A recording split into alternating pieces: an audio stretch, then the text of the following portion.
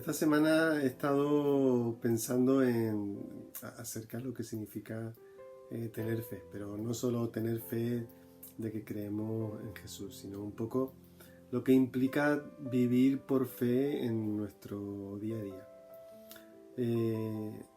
Y quiero leer un texto que lo conocemos, que quienes hemos leído o hemos escuchado muchas predicaciones, pues lo hemos escuchado muchas veces leerlo o hablar sobre él, ¿no? En Hebreos 11, en el que se habla de un listado de personas que el autor de Hebreos escribe que manifestaron o dieron testimonio de su fe.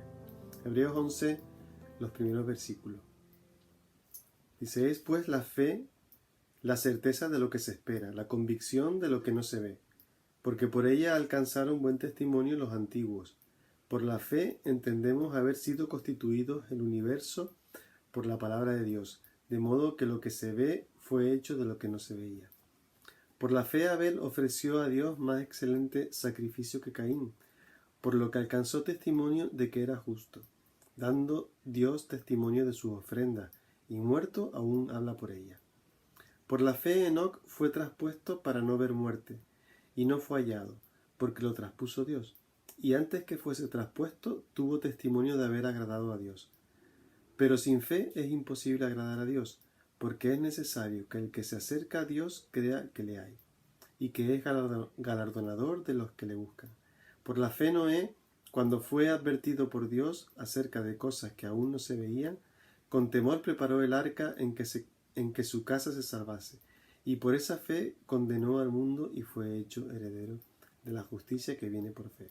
Por la fe Abraham, siendo llamado, obedeció para salir al lugar que había de recibir como herencia, y salió sin saber a dónde iba.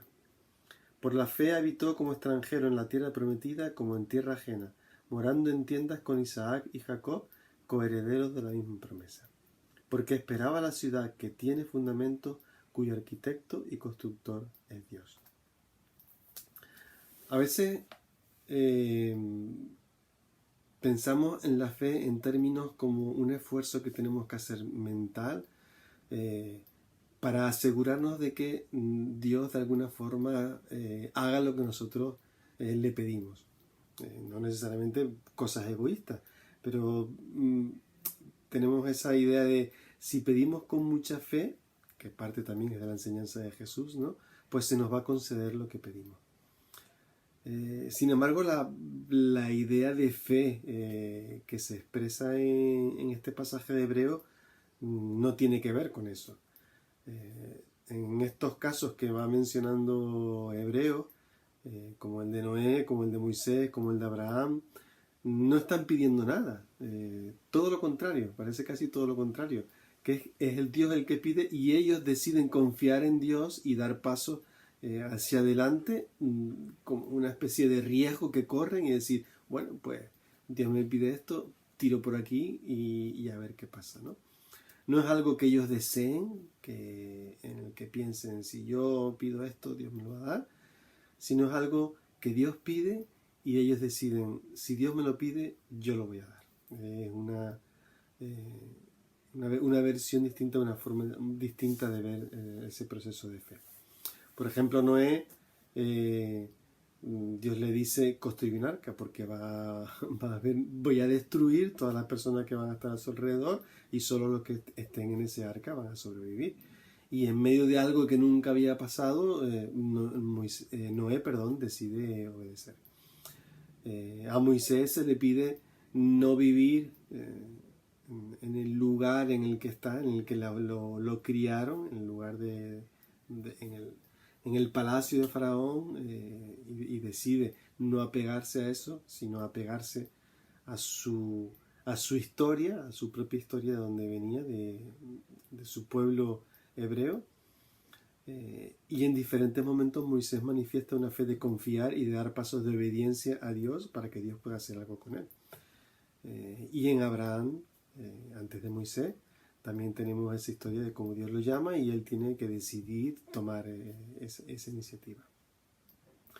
Aparentemente vemos la fe como un riesgo, porque se nos pide de alguna forma no confiar en nuestras posibilidades, no confiar en nuestro control, nuestra programación, nuestra seguridad por cómo nosotros podríamos encaminar nuestra vida para llevarla hacia un fin, sino que en estas vidas se pide todo lo contrario. Deja lo que te es fácil, deja lo que podría estar en tu mano, en tu control, deja tu seguridad para dar pasos hacia cosas que van a estar en manos de Dios. Y aunque parezca un riesgo, lo que Dios promete es que en realidad estamos en las manos más seguras. Estamos más confiados si ponemos nuestras vidas en manos de Dios que si las tenemos en nuestras propias manos. En este sentido, de una forma práctica, pensaba en cómo podríamos mirar y hacer un examen propio de cómo estamos nosotros asumiendo el control total de nuestra vida y por lo tanto no le damos control a Dios y por lo tanto en nuestro día a día no estamos ejerciendo nuestra fe ni nuestra confianza en decir dejo que Dios sea el que lleve todo, el yo ceder ese control y que lo haga Dios por mí. Un ejemplo, uno o dos ejemplos es, por ejemplo, en nuestro uso del dinero. ¿En qué medida, pensando en mí, tengo yo el absoluto control de en qué gasto, qué hago con él, qué es lo que yo creo que sea prudente, de tal forma que no entra el supuesto riesgo en mi vida? Es decir, la confianza en que, Señor, tú quieres que yo dé más, tú quieres que yo haga una inversión con mi dinero hacia cosas que bajo mi criterio no serían prudentes, pero bajo tu criterio podrías hacer algo y quieres hacer algo con eso. Pensamos en nuestro tiempo, cómo también podremos estar organizando y controlando nuestro tiempo y podríamos decirle a Dios, Señor, tú tienes algo con lo que yo haga con mi tiempo que bajo mi punto de vista sería imprudente, porque para mí sería invertirlo en cosas que no valen la pena, en lo que sea, los distintos valores que pueda tener yo para el uso de mi tiempo, y quizás para Dios sería mucho más enriquecedor para mi propia vida y para la vida de las demás personas. ¿Qué tipo de fe o qué tipo de control, de autocontrol nuestro propio estamos ejerciendo en nuestra vida? ¿Estamos dispuestos a ir cediendo ese control a Dios o estamos dispuestos a seguir creyendo que somos nosotros los únicos capaces de valorar qué es lo más adecuado, lo más prudente, lo más apropiado que hay para nosotros? ¿Estamos dispuestos o tenemos un corazón abierto a que se dé testimonio de que tengo confianza en Dios, a que se dé testimonio de que yo he puesto confianza en Dios porque no he hecho todo lo que era absolutamente seguro desde un punto de vista humano, o he cometido algún riesgo que cualquiera que diría, ¿cómo se te ocurre hacer eso? Pero nosotros hemos estado seguros de que lo hemos hecho porque ha sido Dios el que nos ha llevado por ese camino. Por último, dos sugerencias. Una es que podamos ser capaces de hablar, y me animo a mí mismo a tener conversaciones con otras personas acerca de esto, de cómo es nuestro ejercicio de la fe en nuestra vida cotidiana. ¿Estamos de verdad en nuestros actos diarios confiando en que es Dios, en que lo lleva todo, en que lo está llevando todo? ¿O estamos nosotros tratando con un miedo atroz a que algo se nos salga de las manos, controlándolo todo? ¿Cuál es nuestra postura en esos dos términos? Y en segundo lugar, otra cosa es, habla con Dios. Vamos a sugerirle a Dios y a pedirle a Dios como personas y quizás también como grupo, como iglesia. Señor, ¿cuál es el camino por el que tú quieres que vayamos?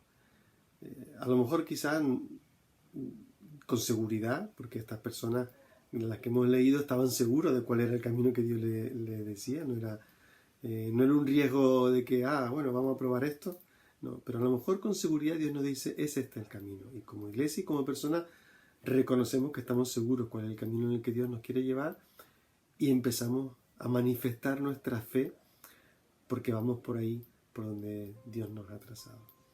Son dos implicaciones prácticas o concretas que podemos hacerle a Dios como primeros pasos de fe.